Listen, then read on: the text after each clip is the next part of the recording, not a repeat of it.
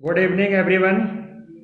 जो भी लोग पारा शिक्षक आकलन की तैयारी कर रहे हैं, जेटेट की तैयारी कर रहे हैं, सीटेट की तैयारी कर रहे हैं, मैं मनोज सर आप लोगों का स्वागत डायनेमिक जॉब पॉइंट में। आज जो टॉपिक है वह बहुत इंटरेस्टिंग टॉपिक है, जिस टॉपिक का नाम है टेम्परेचर एंड हीट। टेम्परेचर एवं हीट, ऊष्मा एवं ताप। आप लोगों ने पढ़ा होगा टेम्परेचर के बारे में और हीट के बारे में भी पढ़ा होगा, निश्चित रूप से पढ़ा है, अपने विगत कक्षाओं में पढ़ा होगा, क्योंकि आप निश्चित रूप से जो भी लोग तैयारी कर रहे हैं वो कहीं ना कहीं वो शिक्षक हैं, और पारा शिक्षक जो आकलन परीक्षा की तैयारी कर रहे हैं उनके लिए ये बहुत उपयोगी प्रश्न हैं। और कहाँ से पूछा जाएगा, जिस लेवल पे पूछा जाए उस लेवल पर का प्रयास है मेरा कि प्रश्न जो बनाया जाए। और जिस तरह से लग रहा है कि बाइंदा रोज़ अखबार में आ रहे हैं, आज भी आया कि पारा शिक्षक की नियमावली जो है तैयार हो चुकी है। जो भी बयान आया होगा सभी यूट्यूबर्स ने जगह जगह पे बनाया भी, कि जैसा आप देख रहे हैं कि 1 to 5 और 6 to 8 दोनों के लिए अलग ग्रेड पे किया गया। और उसकी तैयारी के लिए भी अगर वेतनमान चाहते हैं तो उसकी तैयारी करने के लिए आपको आकलन परीक्षा देना पड़ेगा।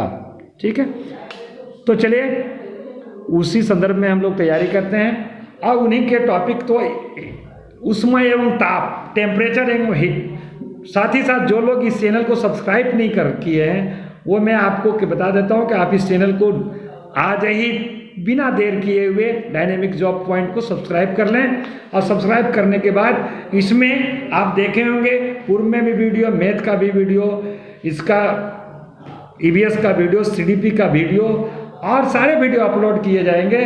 और फिर समय समय पर मैराथन क्लासेस भी इसके द्वारा दिया जाएगा और आप इसका लाभ उठाएंगे, जिसका आपको आकलन परीक्षा देने में या किसी भी प्रतियोगिता परीक्षा के देने में आपको बहुत सहयोगी साबित होगा। चलिए तो हम लोग आगे बढ़ते हैं।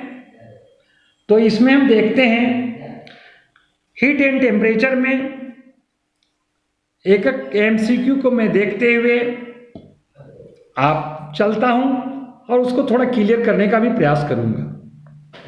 तो टेम्परेचर एंड हीट क्या है?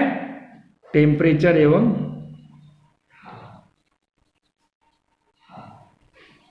ऊष्मा एवं ताप। तो देखिए थोड़ा सा आपको इसमें समझ लेना पड़ेगा। ऊष्मा क्या है? या क्या है? ये ऊर्जा का रूप है। ऊष्मा क्या है? यह एक ऊर्जा का रूप है। टेम्परेचर क्या है? ऊर्जा का रूप है, ऊर्जा का एक रूप है। टेम्परेचर क्या है? ऊर्जा का एक रूप है। साथ ही साथ जिसमें हमें गर्माहट की अनुभूति होती है। ऊष्मा जो है सदा ऊंचे ताप वाले वस्तु से नीचे ताप की ओर प्रवाहित, ऊंचा से नीचा से नीचा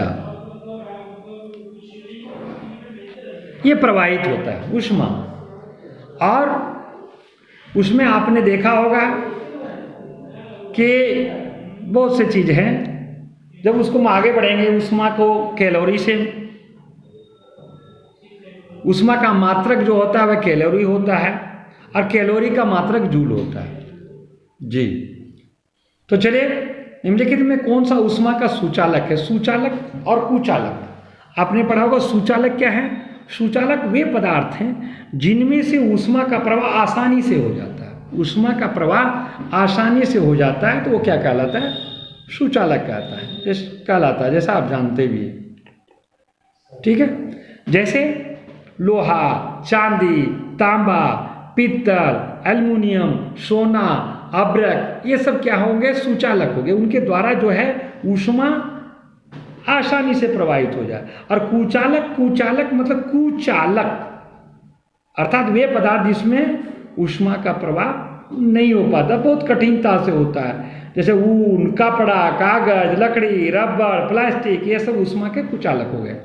तो निम्नलिखित में कौन सा ऊष्मा का कुचालक हो जाएगा जी? भाई तो ये पहला प्लास्टिक जो है वो ऊष्मा का कुचालक हो जाएगा। ठीक है, वे पदार्थ जिनमें ऊष्मा का प्रवाह आसानी से हो जाते हैं कहलाता है, आसानी से हो जाए तो उसको क्या कहते हैं? सुचालक। अभी मैंने कहा और पढ़ा है इसमें ऊष्मा का प्रवाह,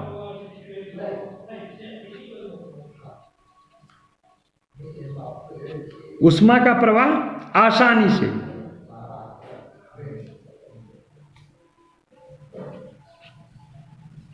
आसानी से हो जाता है, क्या कहलाता है? सुचालक। क्या कहलाता है? सुचालक। इसके अंतर्गत आ गया लोहा, चांदी, तांबा, पित्तल, ये सब जो हैं वो सुचालक के अंतर्गत आते हैं। ठीक है, अब आगे बढ़ते हैं हम लोग अगले प्रश्न की ओर।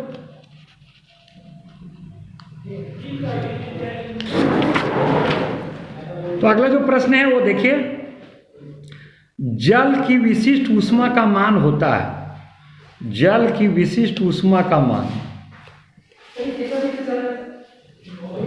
जल की विशिष्ट ऊष्मा का मान क्या होता है? देखिए विशिष्ट ऊष्मा क्या होता है, सो जान लीजिए। किसी वस्तु के इकाई द्रव्यमान का ताप 1 सेंटीग्रेड या के बढ़ाने के लिए आवश्यक ऊष्मा को वस्तु विशिष्ट ऊष्मा कहा जाता है। तो जल की जो विशिष्ट ऊष्मा, जल की जो है,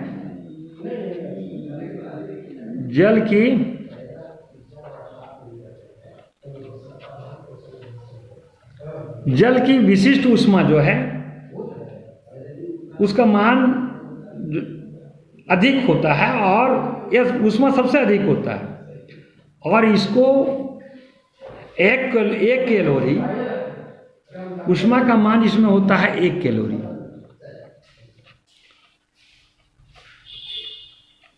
एक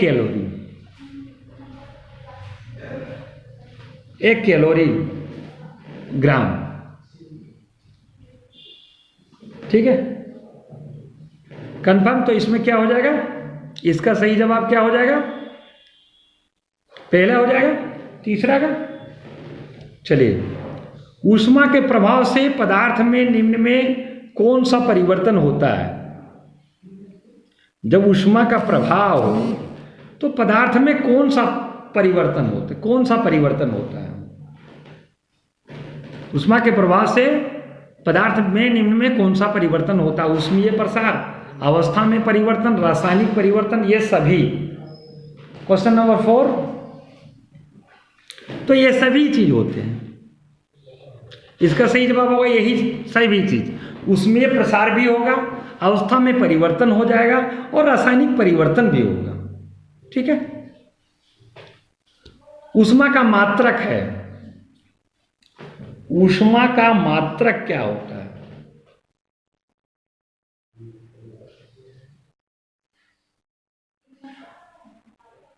बताया जाए। ऊष्मा का जो मात्रक होता है वह न्यूटन होता है, वाट होता है, जूल होता है, डाइन होता है। ऊष्मा का मात्रक अभी मैंने बताया था, ऊष्मा का मात्रक कैलोरी होता है, कैलोरी तथा जूल होता है। ठीक है, तो एक कैलोरी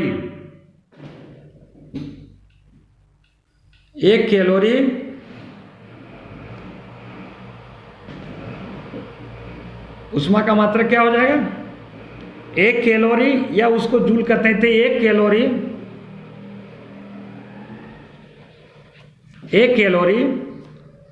बराबर 4.186 जूल।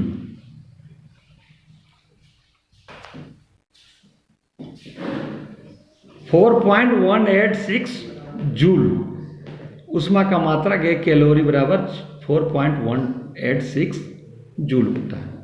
ठीक है, तो ऊष्मा का मात्रक, इसका सही जवाब क्या हो जाएगा? जूल हो जाएगा ऊष्मा का मात्रक। ठीक है, अब अगले प्रश्न की ओर हम लोग बढ़ते हैं फटाफट। तो अगला जो प्रश्न है, बहुत उच्च तापमान को मापने के लिए हम प्रयोग करते हैं मरकरी तापमापी, प्लेटिनियम प्रतिरोधी तापमापी, ताप विद्युत उत्तरतामापी, इनमें से कोई नहीं। बहुत उच्च तापमान को मापने के लिए हम प्रयोग करते हैं। तो छठा प्रश्न का जो जवाब होगा वो तीसरा होगा, ताप विद्युत तापमापी। पायरोमीटर द्वारा मापा जाता है दाब, सूर्य के ताप को, घनत्व को, शुद्धता को। पायरोमीटर के द्वारा, पायरोमीटर के द्वारा क्या नापा जाता है?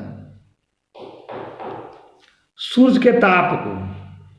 पायरोमीटर के द्वारा क्या नापा जाता है? सूर्य के ताप को नापा जाता है। वह तापमान जिसका पाठ्यांक फ़ारेनहाइट और सेल्सियस दोनों पैमाने पर हो, वह होता है, क्या होता है? फ़ारेनहाइट पे और सेल्सियस पे क्या होता है? -40 डिग्री। वो होता है -40 डिग्री। देखिए -40 सेंटीग्रेड ताप पर सेल्सियस और फ़ारेनहाइट समान होती है, ठीक है। तो डॉक्टरी थर्मामीटर जो होता है, डॉक्टरी थर्मामीटर,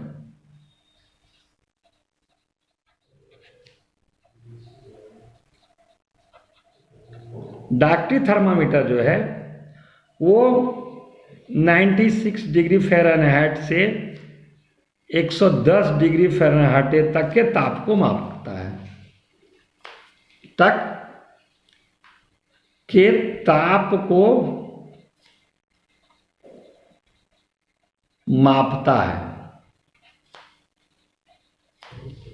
ठीक है। तो इसमें होता है क्या, वही बोल रहे हैं। और 40 डिग्री सेल्सियस और फ़ारेनहाइट -40 डिग्री सेंटीग्रेड पर ताप सेल्सियस और फ़ारेनहाइट समान होते हैं, ठीक है। इसलिए इसका सही जवाब -40 डिग्री होगा।